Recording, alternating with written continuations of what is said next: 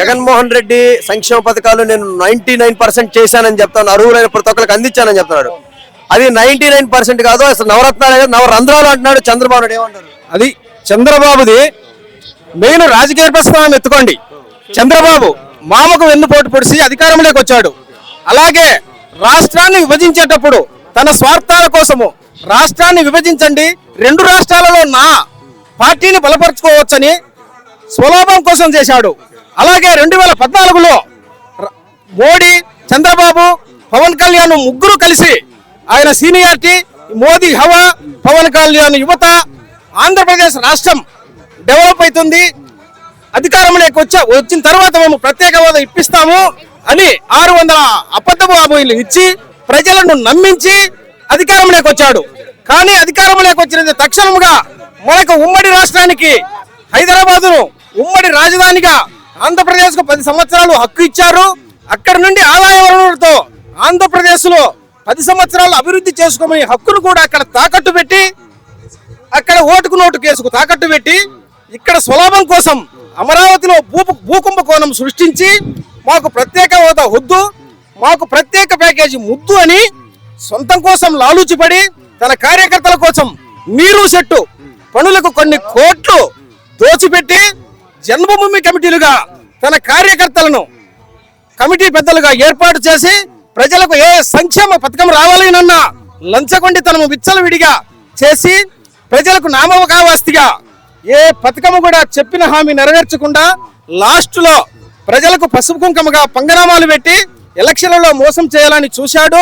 ప్రజలు తగిన బుద్ధి చెప్పారు. కానీ జగన్మోహన్ రెడ్డి గారి రాజకీయ ప్రస్థానం ఎత్తుకోండి. జగన్మోహన్ రెడ్డి గారు కేవలం తన తండ్రి మరణ వార్త విని చనిపోయిన వారిని ఓదారుస్తాను, గడప గడపకు వచ్చిన అని ఇచ్చిన ఒక్క మాట కోసమే పార్టీని స్థాపించాడు, అధిష్టానాన్ని ఎదిరించాడు, రాష్ట్రమంతా కూడా ప్రజలను ఓదార్చాడు. అదే అబద్ధాల హామీ ఇచ్చేవాడంటే 2014లో ఒక్క రుణమాఫీ అనేది అనింటిగిన అధికారంలోకి వచ్చిండేవాడు.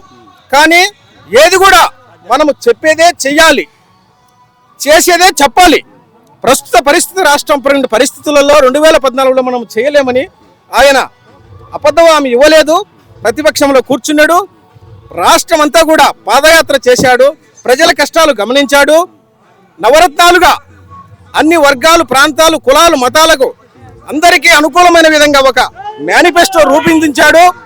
2019లో ప్రజలు బ్రహ్మరథం పట్టారు, 2019లో అధికారంలోకి వచ్చాడు. కానీ ఇక్కడ ఒకటి గుర్తుపెట్టుకోండి, మనకు స్వతంత్రం వచ్చిన నాటి నుండి కూడా పేద ప్రజలందరూ కూడా ఆ నాయకుని కిందనో, ఈ లీడర్ కిందనో, ఆ వ్యక్తి కిందనో ఏ పథకం రావాలన్నా కూడా ఆత్మ సంపుకొని, మనసాక్షిని చంపుకొని వాళ్ళ పంచగాసిండేవాళ్ళు. అయ్యా మాకు ఆ పథకం పెట్టు, ఈ పథకం పెట్టని. స్వేచ్ఛా జీవితం రాలేదు.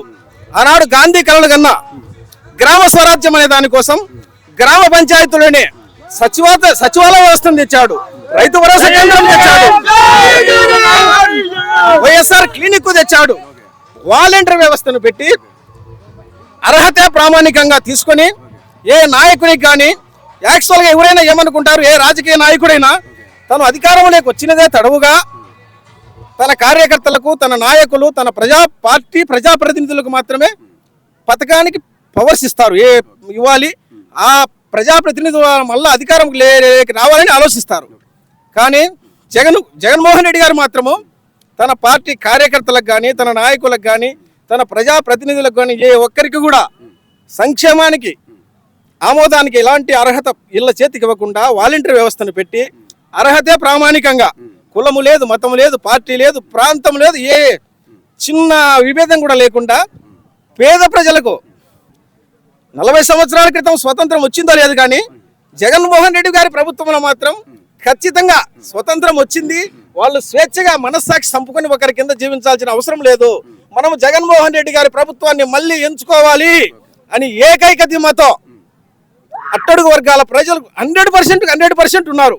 కాబట్టి ఖచ్చితంగా మళ్ళీ జగన్మోహన్ రెడ్డి గారే వస్తారు, 175కు 175 సాధిస్తాడు.